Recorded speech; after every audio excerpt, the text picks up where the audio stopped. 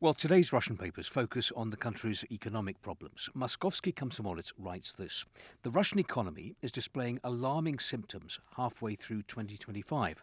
The macro indicators, stable on paper, conceal a slowdown in growth, a drop in budget revenues, a slowdown in business activity, and the drying up of domestic demand. You now hear talk of stagnation, recession, and an overheated economy. Economist Oleg Buklemishev says we can see falling prices for energy resources on external markets and, paradoxically, the ruble strengthening. Add to this high interest rates. All these are signs that the next few months will be difficult for the economy.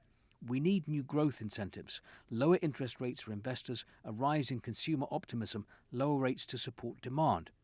The crisis of unsold vehicles, both trucks and cars, is an alarming signal. Pockets of difficulty are appearing, and these can outweigh the few areas of growth which are still pulling the economy up, though at a slower pace. So I think a difficult road awaits us. We need to buckle up tight.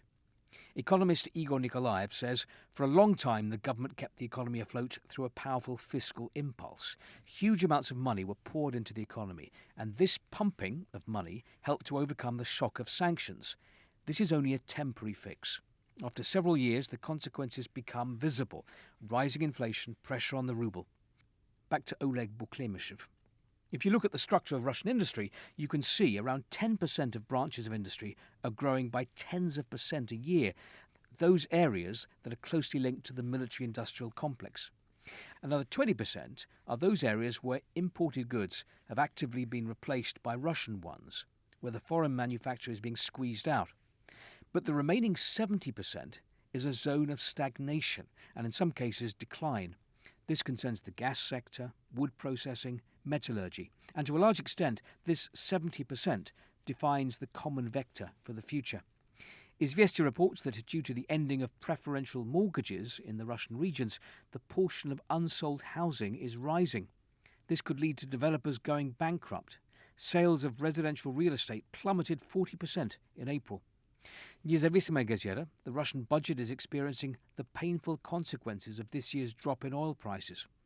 Mind you, on Tuesday, Vice Premier Novak announced that the Russian economy is displaying stability and active growth in difficult geopolitical conditions. However, several sectors of the Russian economy are showing a highly negative dynamic. The fall in mineral extraction continues. There's a drop in the residential housing construction sector. The sale and production of cars are down. Problems in the coal industry are growing. The sale of Russian agricultural machinery is down 30%. What's more, in the first 5 months of the year, the volume of trade between Russia and China fell 8.2% compared to last year, according to China's main customs department. Since the start of the year, China has considerably reduced the amount of Russian oil, coal and liquefied gas it buys.